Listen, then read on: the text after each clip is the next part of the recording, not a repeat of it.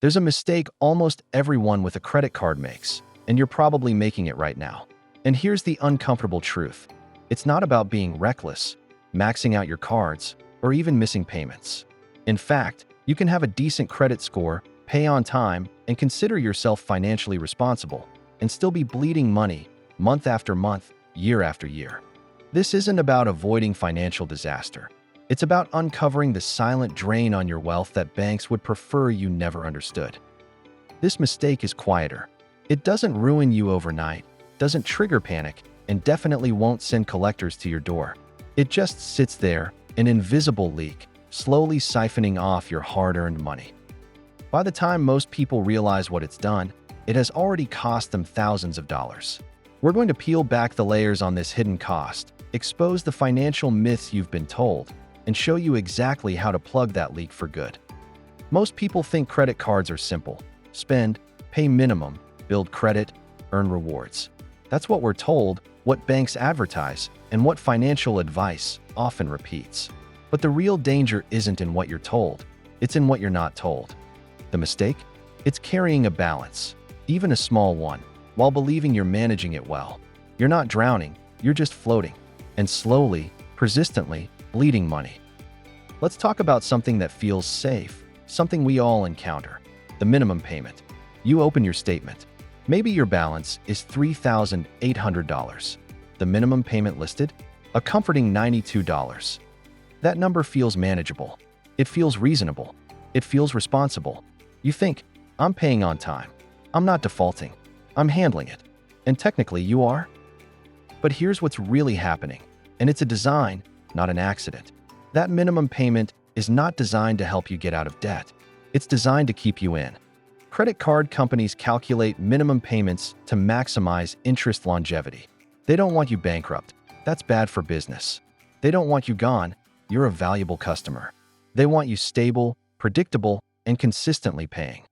If your APR is, say, 22%, that $3,800 balance is quietly generating interest every single day. Not monthly, daily. This is crucial. When you only pay the minimum, most of that small payment goes toward covering the daily interest first. The principal, the actual amount you borrowed, barely moves. You feel like you're making progress. You feel responsible. But mathematically, you're crawling. At that rate, you could spend 6, 8, even 10 years clearing a balance that could have been gone in 12 months. And over those years, interest compounds. Not dramatically, not explosively, but persistently. That is the leak. It's insidious because it's so subtle, so slow, but devastatingly effective for the banks. Now, here's where it gets even more subtle and where many financially savvy people get tripped up. Many people keep small balances because they genuinely believe it helps their credit score. They've heard whispers, don't pay it off completely. Leave something on it. Show activity. So they do. They carry $500 or $1,000 or even $2,000, thinking they're being strategic, playing the system. But here's the truth, plain and simple. You do not need to carry a balance to build credit. You need utilization, not debt. There's a world of difference. If your credit limit is $10,000 and you use $1,000 during the month, that's 10% utilization. That's healthy. It shows you use your credit responsibly. But if you pay that $1,000 off before interest hits, you build your score without paying the bank a single cent. If, instead, you carry that $1,000 at 20% APR because of this myth, that's $200 a year in interest. For what? For a misunderstanding. For believing something that simply isn't true. This is where thousands of dollars disappear over time, not because you were irresponsible, but because you were misinformed. Let's zoom out and look at the real cost over time. Let's say you consistently carry an average balance of $4,000 for 5 years. With an APR of 20%, that's roughly $800 in interest every single year. Over 5 years, that's $4,000. For $1,000 straight into the bank's pocket, simply for the privilege of carrying that balance.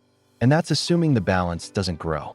Now imagine it fluctuates, perhaps hitting $6,000 during a tight period. Now you're paying $1,200 a year in interest. Over 5 years, that's $6,000. What could you have done with that $4,000 or $6,000?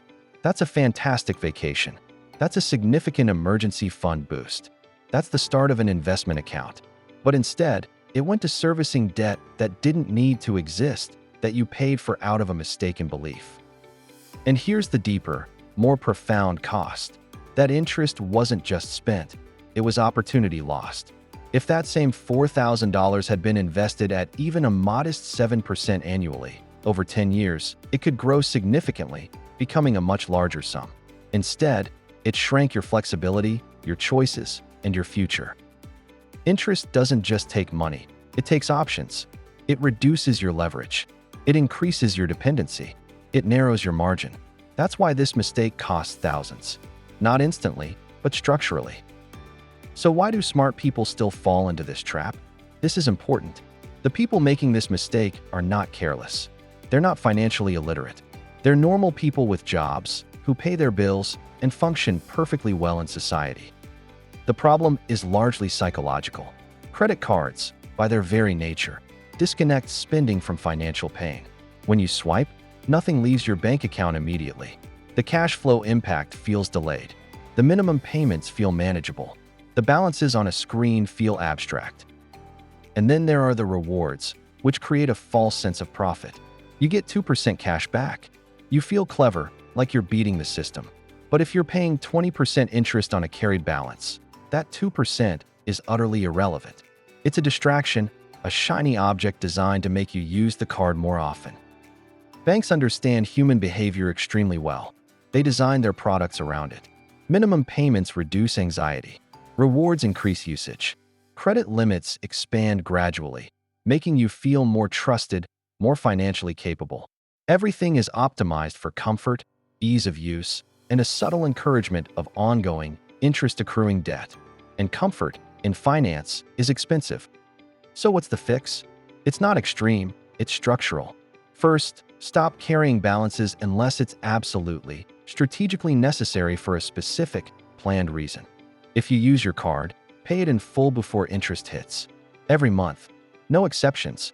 This is the single most impactful change you can make.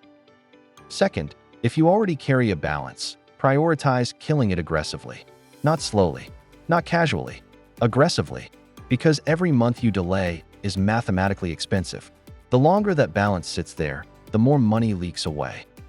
Third, redefine what using a credit card correctly truly means. It does not mean paying the minimum, avoiding default, or even just collecting points. It means using the bank's money without paying for it. That is the game.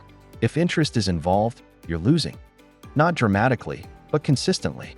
And consistency compounds, the same way interest does. The difference is, you get to choose which side compounds, the bank's returns or yours. That one mistake, carrying a balance while believing you're managing it, is what quietly separates people who build wealth from people who service debt for years without realizing how much it cost them. Thousands. Not because they were reckless, but because they were comfortable.